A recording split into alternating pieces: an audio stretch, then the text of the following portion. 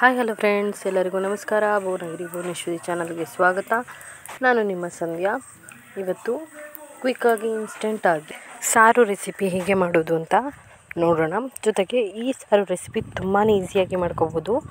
Just ಒಂದು 3 ಮಾವಿನಕಾಯಿ ಇದ್ದರೆ ಸಾಕಾಗತ್ತೆ. ಮ್ಯಾಂಗೋ ರಸಮ್ ಅಂತಲೂ ಕೂಡ ಅಂತಾರಲ್ವ, ಮ್ಯಾಂಗೋ ಸಾರು ತುಂಬಾ ಚೆನ್ನಾಗಿರುತ್ತೆ. ಈಗಂತೂ ಮಾವಿನ ಹಣ್ಣಿನ ಸೀಸನ್ನು, ಎಲ್ಲಿ ಬೇಕಾದರೂ ಮಾವಿನ ಹಣ್ಣಂತೂ ಸಿಕ್ಕೇ ಸಿಗುತ್ತೆ.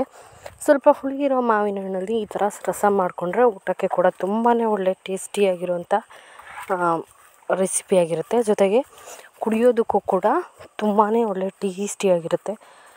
ಊಟಕ್ಕೆ ಮಾತ್ರ ಅಲ್ಲ, ಕುಡಿಯೋದಕ್ಕೂ ಕೂಡ ನೀವು ಈ ಸಾರು ಮಾಡ್ಕೋಬೋದು. ಹಾಗಾದರೆ ಇವತ್ತಿನ ಮ್ಯಾಂಗೋ ರಸಮ್ ಅಥವಾ ಮಾವಿನಕಾಯಿಯ ಸಾರು ಹೇಗೆ ಮಾಡೋದು ಅಂತ ನೋಡೋಣ. ಅದಕ್ಕೂ ಮೊದಲು ನೀವು ಇದೇ ಫಸ್ಟ್ ಟೈಮ್ ನನ್ನ ಚಾನಲ್ನ ನೋಡ್ತಾ ಇದ್ದರೆ ಸಬ್ಸ್ಕ್ರೈಬ್ ಮಾಡ್ಕೊಳ್ಳಿ, ಪ್ಲೀಸ್ ಸಬ್ಸ್ಕ್ರೈಬ್ ಮಾಡ್ಕೊಳ್ಳಿ. ಹಾಗೆ ಪಕ್ಕದಲ್ಲಿರುವಂಥ ಬೆಲ್ಲೈಕನ್ನ ಕೂಡ ಒತ್ತಿ, ಅದರಲ್ಲಿ ಆಲ್ ಅನ್ನೋದನ್ನ ಒತ್ತೋದ್ರಿಂದ ನಾನು ಹೊಸ ರೆಸಿಪಿ ವೀಡಿಯೋಸ್ ಹಾಕಿದಾಗ ನಿಮಗೆ ನೋಟಿಫಿಕೇಷನ್ ಬರುತ್ತೆ. ಆಗ ನಾನು ಹಾಕೋ ಎಲ್ಲ ರೆಸಿಪಿ ವಿಡಿಯೋಗಳನ್ನು ನಾನು ಹಾಕಿದ ತಕ್ಷಣ ನೀವು ಫಸ್ಟ್ ನೋಡ್ಬೋದು. ಪ್ಲೀಸ್ ಸಬ್ಸ್ಕ್ರೈಬ್ ಮಾಡ್ಕೊಳ್ಳಿ, ಹಾಗೆ ಪಕ್ಕದಲ್ಲಿರುವಂಥ ಬೆಲ್ಲೈಕನ್ನ ಕೂಡ ಒತ್ತಿ. ಹಾಗಾದರೆ ಬನ್ನಿ ಇವತ್ತಿನ ಮಾವಿನಕಾಯಿ ರಸಮ್ ಹೇಗೆ ಮಾಡೋದು ಅಂತ ನೋಡೋಣ. ಮೊದಲಿಗೆ ಇಲ್ಲಿ ನಾನು 3 ಮಾವಿನಕಾಯಿ ತೊಗೊಂಡಿದ್ದೀನಿ. ಇದನ್ನು ಚೆನ್ನಾಗಿ ತೊಳ್ಕೊಂಡು ಬೇಯಿಸ್ಕೋಬೇಕು. ನೋಡಿ, ಈ ಥರ ಸ್ವಲ್ಪ ಕಾಯಿ ಥರನೇ ಇರಬೇಕು, ತುಂಬ ಹಣ್ಣಾಗಿರಬಾರ್ದು. ಅರ್ಧ ಕಾಯಿ ಅಂತಾರಲ್ವ, ಆ ಥರ ಆಗಿದ್ದರೆ ಸಾಕು. ಇದಕ್ಕೆ ಸ್ವಲ್ಪ ನೀರು ಹಾಕಿ ಚೆನ್ನಾಗಿ ತೊಳ್ಕೊಂಡು ಬೇಯಿಸ್ಕೋಬೇಕು. ಈಗ ನಾನು ಬೇಯಿಸ್ಕೊಂಡಿದ್ದೀನಿ ನೋಡಿ ಫ್ರೆಂಡ್ಸ್. ಈ ಥರ ಈ ತೊಟ್ಟನ್ನು ತೆಗೆದುಬಿಟ್ಟು ಸಿಪ್ಪೆನೆಲ್ಲ ಬಿಡಿಸ್ಕೊಳ್ಳೋಣ.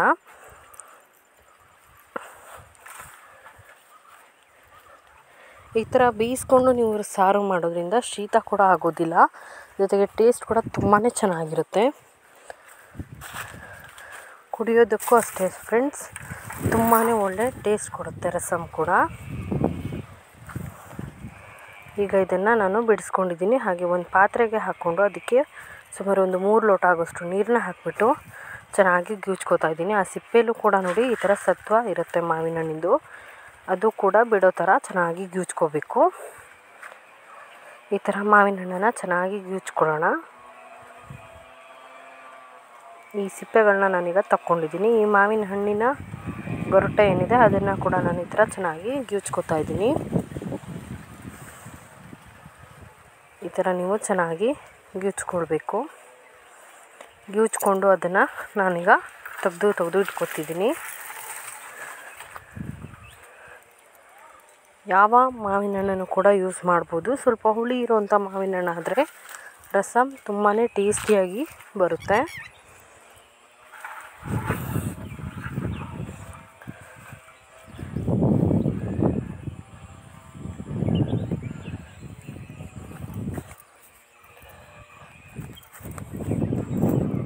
ನೋಡಿ, ಈ ಥರ ಚೆನ್ನಾಗಿ ಗಟ್ಟಿಯಾಗಿ ಗ್ಯೂಚಿ ರಸನ ನಾವು ತಕ್ಕೋಬೇಕಾಗುತ್ತೆ. ಈಗ ನಮ್ಮ ಮಾವಿನ ಹಣ್ಣನ್ನು ಪೂರ್ತಿಯಾಗಿ ನಾವು ಗ್ಯೂಚಿ ಇಟ್ಕೊಂಡಿದ್ದೀವಿ.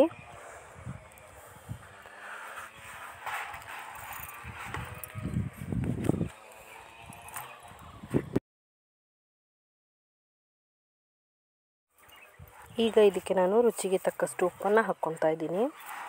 ಉಪ್ಪನ್ನು ಹಾಕಿಬಿಟ್ಟು ಕಡ್ಕೊಳ್ಳೋಣ. ಆದಷ್ಟು ಕಲ್ಲುಪ್ಪನ್ನು ಯೂಸ್ ಮಾಡಿ, ತುಂಬಾ ಒಳ್ಳೆ ಟೇಸ್ಟ್ ಇರುತ್ತೆ ಕಲ್ಲುಪ್ಪಾದರೆ. ಹಾಗೆಯೇ 1.25 ಸ್ಪೂನ್ ಆಗೋಷ್ಟು ತೆಳು ಬೆಲ್ಲವನ್ನು ಯೂಸ್ ಮಾಡ್ತಿದ್ದೀನಿ. ಬೆಲ್ಲದ ಬದಲಿಗೆ ನೀವು ಸಕ್ಕರೆ ಕೂಡ ಯೂಸ್ ಮಾಡ್ಬೋದು, ಅಥವಾ ಉಂಡೆ ಬೆಲ್ಲ ಇರುತ್ತಲ್ಲ ಅದನ್ನು ಕೂಡ ನೀವು ಯೂಸ್ ಮಾಡ್ಬೋದು.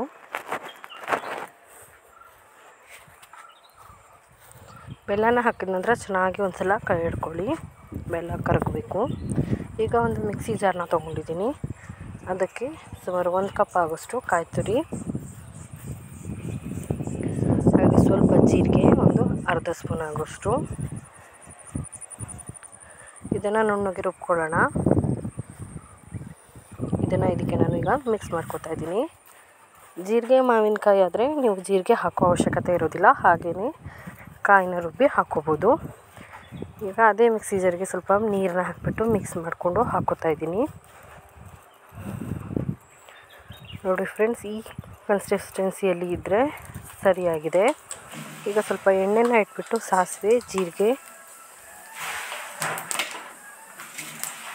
ಒಣಮೆಣಸು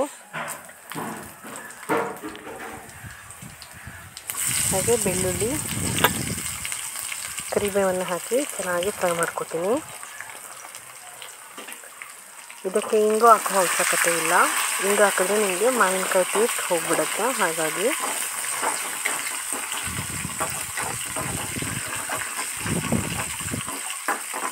ಒಗ್ಗರಣೆನ ಚೆನ್ನಾಗಿ ಫ್ರೈ ಮಾಡ್ಕೊಳ್ಳೋಣ.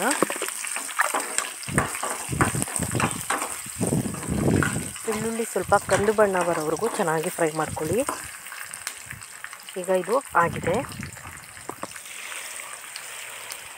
ಈಗ ನಾನು ಮಾಡ್ಕೊಂಡಿದ್ವಲ್ಲ ಮಾವಿನಕಾಯಿ ರಸಮನ್ನ, ಅದಕ್ಕೆ ನಾನು ಈ ಒಗ್ಗರಣೆನ ಹಾಕೋತಾ ಇದ್ದೀನಿ. ನೋಡಿ ಫ್ರೆಂಡ್ಸ್, ಎಷ್ಟು ಕಲರ್ಫುಲ್ ಆಗಿ ಎಷ್ಟು ಟೇಸ್ಟಿಯಾಗಿರುತ್ತೆ ಅಂದರೆ ನೀವು ಒಂದು ಸಲ ಮಾಡಿದ್ರೆ ಮತ್ತೆ ಮತ್ತೆ ಕೂಡ ಮಾಡ್ತಿರ್ತೀರ.